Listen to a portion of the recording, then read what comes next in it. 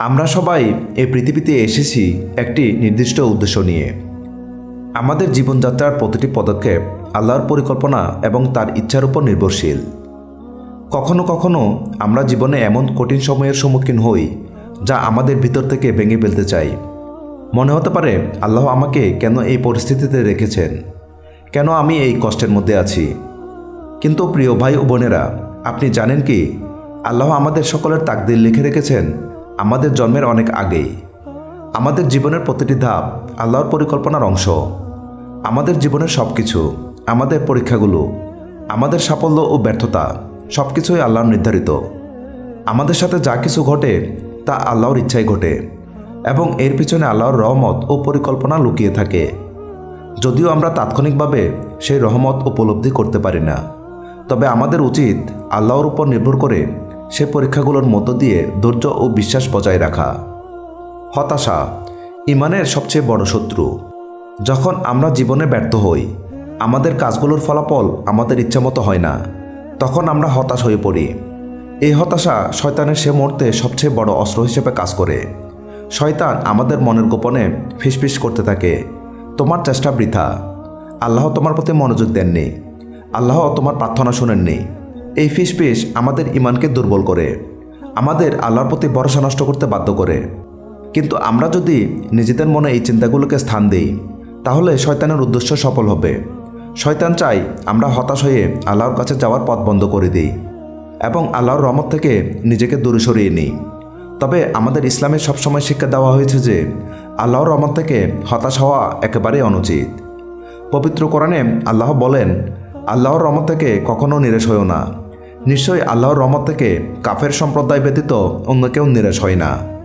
আল্লাহ এই আয়াতের মাধ্যমে আমাদের স্পষ্টভাবে জানিয়ে দিচ্ছেন, যত বড়ই বিপদে পড়ুন না কেন, আল্লাহর রহমত কখনো শেষ হবে না। আপনি যতবারই ব্যর্থ হন, আল্লাহ আপনাকে কোনো না কোনোভাবে একটি সুযোগ দিবেন। আমাদের কেবল সেই সুযোগকে চিনতে হবে এবং আল্লাহর প্রতি ভরসা রাখতে হবে। তাকদীর এবং আল্লাহর পরিকল্পনা। তাকদীর বা ভাগ্য সম্পর্কে আমরা অনেকেই ভুল ধারণা পোষণ করি। কেউ কেউ মনে করেন তাকদীরে যা লেখা হয়েছে তা কখনো পরিবর্তন করা সম্ভব নয়, আর তাই চেষ্টা করা অর্থহীন। কিন্তু ইসলাম আমাদের শেখায় যে তাকদীরে বিশ্বাস মানে শুধু আল্লাহর উপর নির্ভর করা নয়, বরং নিজের সর্বোচ্চ প্রচেষ্টাও চালানো। পবিত্র কোরআনে আল্লাহ বলেছেন, নিশ্চয়ই আমি মানুষদের জন্য তাদের কর্মফল নির্ধারণ করেছি এবং তারা যা অর্জন করবে তা তাদের প্রচেষ্টার উপর নির্ভর করবে। আমরা যা কিছু করি তার জন্য আল্লাহ আমাদের প্রতিদান দিবেন। আমাদের তাকদীর ঠিকই আছে, কিন্তু সেই তাকদীরের মধ্যে আমাদের চেষ্টা এবং পরিশ্রমও অন্তর্ভুক্ত। তাকদীরের মাধ্যমে আল্লাহ আমাদের পথ প্রদর্শক হন, কিন্তু তিনি চান আমরা নিজেদের সর্বোচ্চটা দিয়ে চেষ্টা করি। যখন আমরা চেষ্টা করি তখন আল্লাহ সেই প্রচেষ্টাকে সার্থক করে তোলেন। তাই কখনো মনে করবেন না যে ভাগ্য নির্ধারিত হয়ে গেছে বলে আপনার চেষ্টা বৃথা।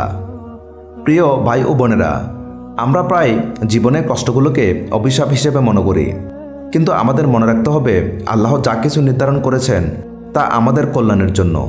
তাকদীর বা ভাগ্য হলো আমাদের আল্লাহর নির্ধারিত পরিকল্পনা। আমাদের কাজ হলো সে ভাগ্যকে মেনে নিয়ে আল্লাহর উপর আস্থা রাখা।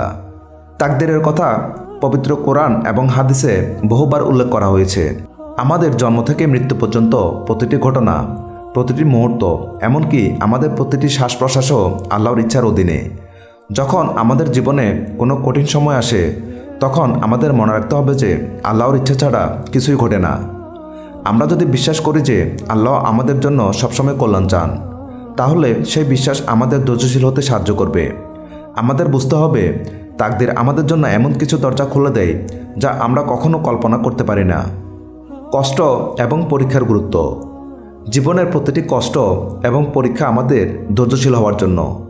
আল্লাহ তাআলা পবিত্র কোরআনে বলেছেন, আর আমি অবশ্যই তোমাদেরকে পরীক্ষা করব কিছুটা ভয়, ক্ষুধা, সম্পদের ক্ষতি, জীবন ও ফলের ক্ষতি দ্বারা, আর তুমি সুসংবাদ দাও ধৈর্যশীলদের। এটি আমাদের জন্য একটি বার্তা যে জীবনের প্রতিটি কঠিন মুহূর্ত আমাদের জন্য পরীক্ষামূলক, কিন্তু আল্লাহ তার বান্দাদের উপর কোনো পরীক্ষাই দেন না যা তারা সহ্য করতে পারে না। আমাদের দায়িত্ব হলো সে পরীক্ষা গ্রহণ করে ধৈর্যশীল থাকা এবং আল্লাহর প্রতি আমাদের বিশ্বাস অটুট রাখা। আমরা প্রায় দেখি কেউ কেউ দুঃখ, কষ্ট বা বিপদে পড়লে খুব সহজে হতাশ হয়ে পড়ে। তারা ভাবে তাদের জীবনটা বুঝি কোনো কাজে লাগছে না, কিন্তু বাস্তবতা হলো এই পৃথিবীটা হলো একটি পরীক্ষা স্থান।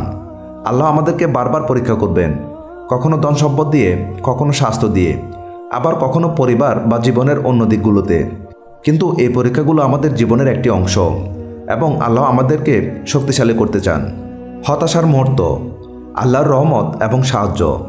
প্রিয় ভাই ও বোনেরা, আপনি যখন হতাশ হন তখন ভাবুন, আল্লাহ কখনো আপনাকে ছেড়ে দেননি।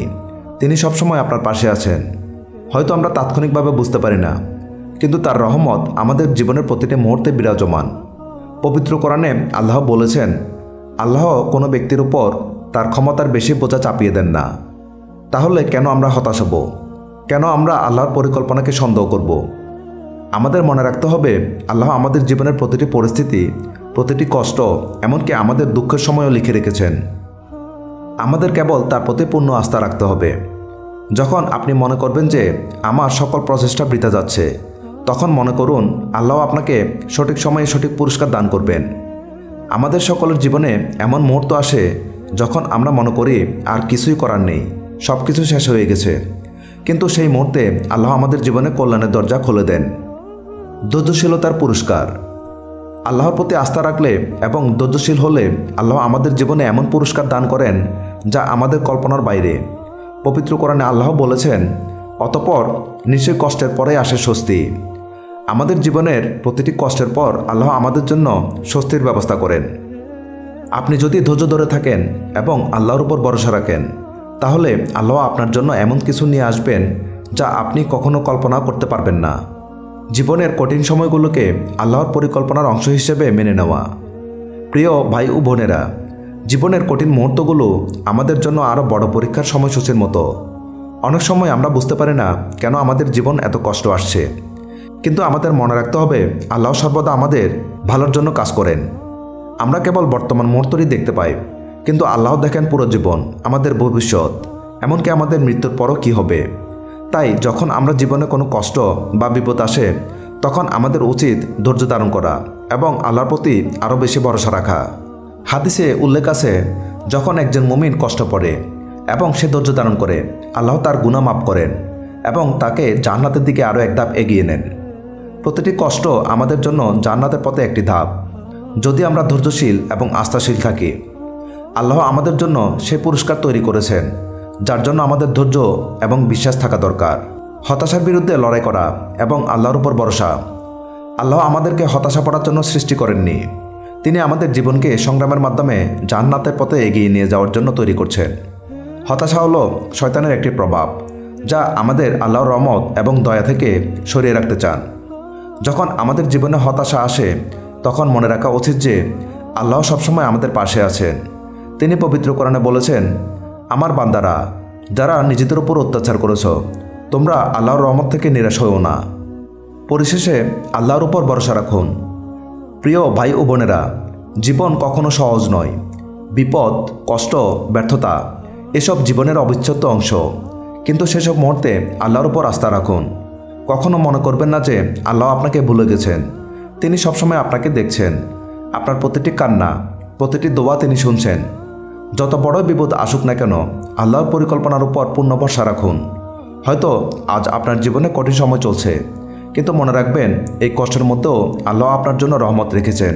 তিনি আপনার জন্য এমন কিছু প্রস্তুতি রেখেছেন যা আপনি কল্পনাও করতে পারেন না। এই দুনিয়া আমাদের পরীক্ষা নেওয়ার স্থান, এবং সেই পরীক্ষা আল্লাহ আমাদের সঠিক পথ চলতে সাহায্য করবেন। আল্লাহ আমাদের ধৈর্য ধারণ করার শক্তি দিন। আমিন।